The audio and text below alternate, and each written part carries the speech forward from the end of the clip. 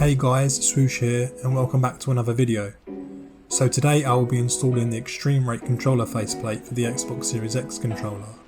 Now if you have ever wanted to customise your controller but have thought it would be too hard, then these faceplates from Extremerate should change your mind. As always guys, sit back, relax and enjoy the video. So the packaging for these plates come in a very simple box with minimal branding. The plate itself is wrapped in everyone's favourite bubble wrap, which gives it more than enough protection for sure. As you can see, I went for this marble light design, and for its price, I think it's a fantastic product which is very well made. Now I do have a 10% discount code for any of these products, so if anyone is interested, I'll leave it in the description down below. Also in the box comes a screwdriver with additional screws and also the tool to prise open the controller, which I actually didn't use. And then the 1-year warranty. Okay, so getting started, I'm using the standard controller that came with the Xbox Series X. First things first is to take off the controller's backplates like so. But if you are new to this, then I would recommend using the blue prizing tool to do so. I personally found it easier to pull the plates where the triggers are, but you will need to use slight force to do so. Now once both plates are off, you will need to remove the 4 screws that are very visible at the top and the bottom of the controller, and then one is hidden where the batteries lay. They're fairly tight but easy enough to remove, so it shouldn't give you any problems. And the last screw is hidden over a sticker where the batteries lay, which once broken, I think it does avoid the controller's warranty, so keep that in mind before you go ahead. Okay, once this is removed, gently lay the controller down with the front facing you and remove the original faceplate. Apply your new one, making sure the inserts line up with the buttons and the analog sticks, and then give it a slight squeeze to make sure it's all secured. Just how easy was that guys? I now have a customised controller that has taken me probably 5 minutes to assemble with pretty much no effort at all. The last thing to do is screw it all back together again. Now you are given extra screws to use, but the original ones work just fine.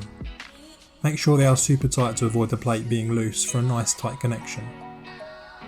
Add the back plates and make sure they are connected well, and don't be worried if you hear a ton of clicks, as this means it's been secured well.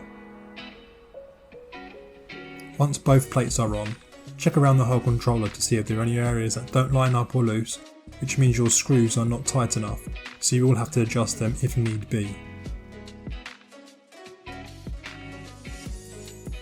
Overall, installation was extremely easy and I'm happy with how it turned out.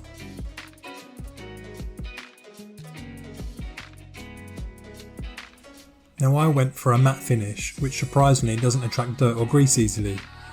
They do offer gloss and metallic designs on other products, but I think the matte finish gives it that minimal look I'm after. The design I chose was this marble-like effect with a great mix of blues, blacks and purples. The colours pop just enough and are not overwhelming as you can see, which at first I was worried about, but thankfully it looks great. So in hand I couldn't notice any difference at all apart from just how soft the shell is. The fit did not affect my gameplay experience at all, with buttons penetrating like normal and no height or thickness differences, meaning it felt just like a standard controller. So far it has not chipped or scratched, and yes, I have dropped it multiple times. For $15 this is definitely something I would recommend, as a brand new controller costs triple the price most times, saving you a lot. I also customised my Nintendo Switch Joy-Cons with this carbon fibre finish, and believe me, these look great.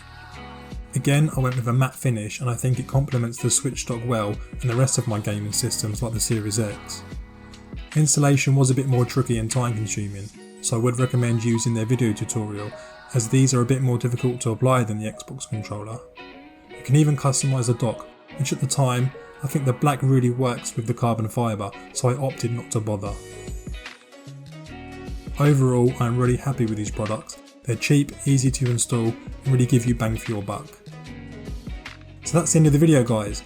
If you enjoyed this video then drop me a thumbs up, and if not already, be sure to subscribe for more gaming and tech content. Now I just want to say a massive thank you for the support over the last month, and the fantastic response to my Xbox Series X review. So many positive comments goes so far guys, and I appreciate it massively. I can't wait to show you what's to come in the future. Again guys, thank you so much, and I will see you on the next one.